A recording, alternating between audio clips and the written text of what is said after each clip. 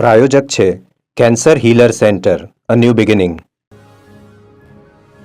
Mozambique દેશમાં ગુંડાઓના હુમલામાં જીવ ગુમાવનાર પોરબંદરના વેપારીનો મૃતદેહ વતન પોરબંદર લવાયો. 36 વર્ષીય વેપારી પર 3 માર્ચે હથિયારધારી 2 શખ્સોએ અંધાધૂંધ ફાયરિંગ કરી અપહરણ કર્યું હતું. અપહરણ બાદ ગુંડાઓએ તેમની હત્યા કરી હતી.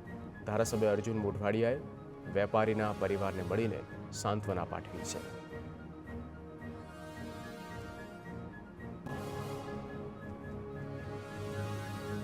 અમદાવાદમાં પોલીસ કમિશનરે ગુનેગારોને આપી કડક ચેતવણી. 150થી વધુ આરોપીઓને બોલાવી અપાઈ કડક સૂચના.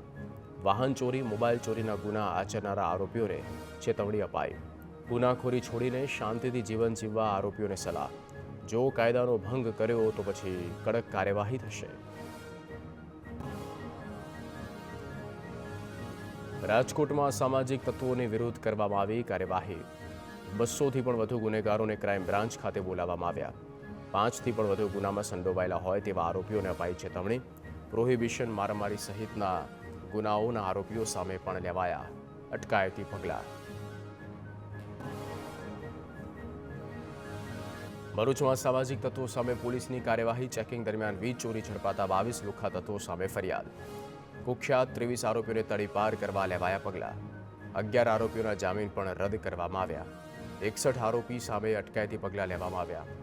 12 અસામાજિક તત્વોના મકાનો કરવામાં આવ્યું ડેમોલિશન.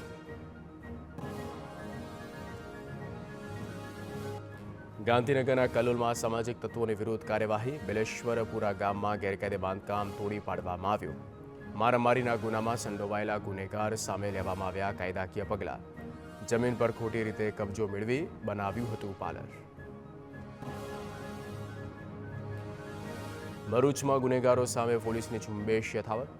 અંકલેશ્વર બી ડિવિઝન પોલીસે હિસ્ટ્રી શીટર બુટલેગરને તડીપાર જાહેર કર્યો. આરોપી પ્રકાશ વસાવાને સુરતના માંગરોળના દિણોદ ગામે તડીપાર કરવામાં આવ્યો.